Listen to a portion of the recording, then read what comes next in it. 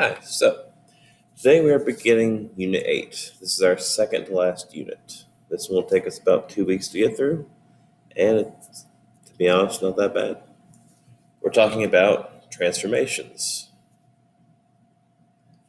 So, many of you all are probably familiar with the word transform. It means to change, to alter. Think about transformers, for example. Now, transformations in geometry means we're going to be working with shapes, and we're going to be changing them a little bit. There is another word that's used for certain transformations called isometries, but just to keep things simple for us, I'm just going to call them all transformations. If you ever see the word isometries, it's the same thing. So there are four different transformations that we're going to look at. The first and probably easiest is rotation. So the rotation transformation, as the name implies, means we're taking a shape and we are rotating it. Now, all of our transformations for our purposes we're pretty much always going to look at them on a graph of some kind. So we rotate it. Let's just take this graph here and let's just pick a triangle. Something basic. Okay, so a rotation. As it sounds, it's when we have a shape and it rotates. And that's it. So part of what this lesson you all are going to have is involved with being able to identify transformations. This first lesson is just identifying them. So basically, if I gave you a first image with this shape, and then the second shape you looked at had this, well, the shape rotated. So it would be a rotation transformation. Nothing too complicated there, but yeah. Rotation is the easiest to identify, it's easiest to do. Now, technically speaking, shapes can rotate around axes as well, but to start off with, we're just going to worry about them rotating. And if you're confused why what I mean by they can rotate around the axis, well, let's do this. So let's give ourselves a basic graph like this, and let's give ourselves a shape, okay? Now, this won't look exactly like it would if it was actually happening real, but this is our XY axis, okay? So X is right here, Y is right here, okay? Now this triangle here is going to rotate counterclockwise 90 degrees, let's say. What would happen is your X, basically it goes like this.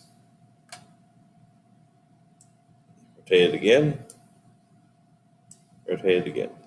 It's the same shape, it's just being rotated around the origin, this center part right here. And that's rotation.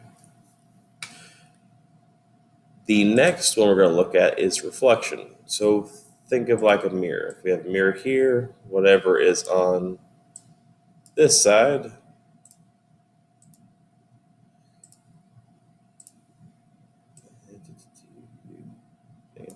whatever's on one side gets flipped over this way. Same shape, same size, it's just backwards. Kind of like trying to read in the mirror, all the words are backwards. So yeah, let's take this half circle, semicircle. All right. So there's our semicircle, and I'm going to reflect it. Now, reflections can technically take place anywhere, but for our purposes, I usually keep it to one of these axes here. So this reflection right here,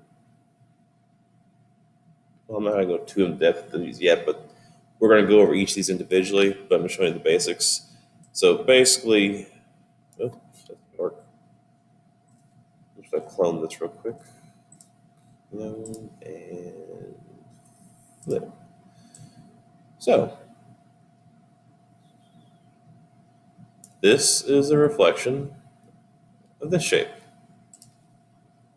It's the same shape, just backwards. Now I could also technically flip it across this axis here if I wanted to.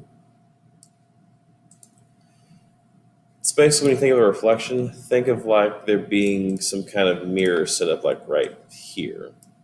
It reflects across, or I could even do one right here. Doesn't matter.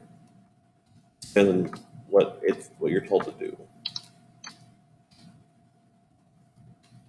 But a reflect so let's go back over these just to make sure we're clear. So far I've looked at rotation, which rotation is just the shape when it rotates, it spins around. It can spin around where it's at, or it could spin around the whole graph. The graph doesn't spin with it, but it's kind of hard to make the shape spin on its own, but or the same.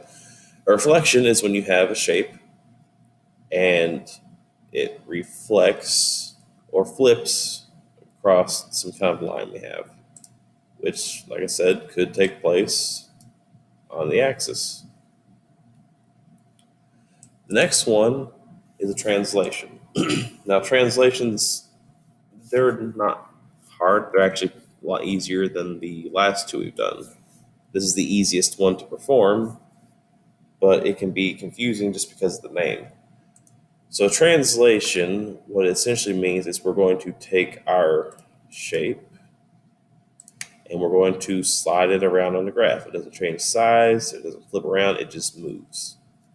The way I like to remember it is translation, the SL stands for slide. So translation slides across the graph. So like if I have this square right here,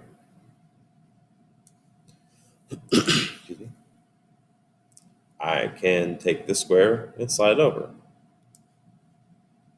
I can slide it over here. I can slide it anywhere.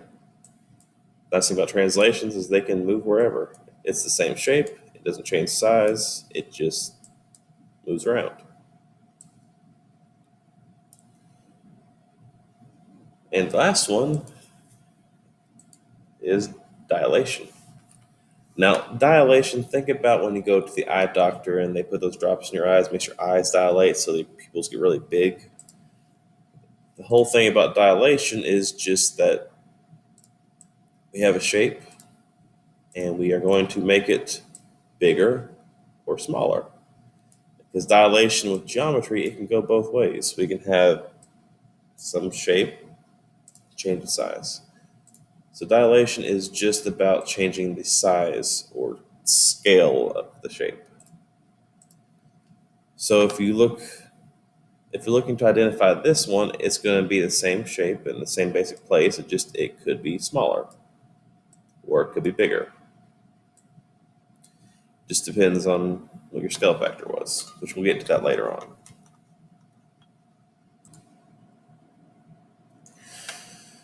Okay, so and that's it. We have 4 transformations. Just to rehash everything. Rotation, as the name implies, the shape is just rotating. It will either spin in place or it will spin around something like the center of the graph. So when you identify rotation, it's the same shape, but it has rotated from where it was at. Reflections are just like they imply. You have a shape and it reflects over some line. Just imagine there's an invisible mirror there, kind of like here, and so our shapes are reflected. When you identify these, you're going to have a shape that looks like it has, again, been reflected over some line. So if the original shape's here, then it'd be down here. This is your line you're reflecting over.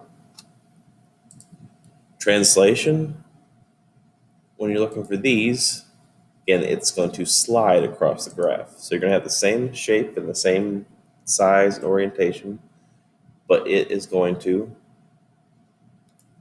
slide across the graph. So when you identify these, just look for a shape that's been moved. It hasn't reflected, it hasn't changed size or shape, it's just moved around the graph somewhere. And lastly, dilation. When you look for these, again, think about your eyes dilating, they change size. So whatever the size of your original shape was? Well, the new one will either be bigger, but in the same basic place, or it'll be smaller, again in the same basic place. If y'all have questions, just let me know.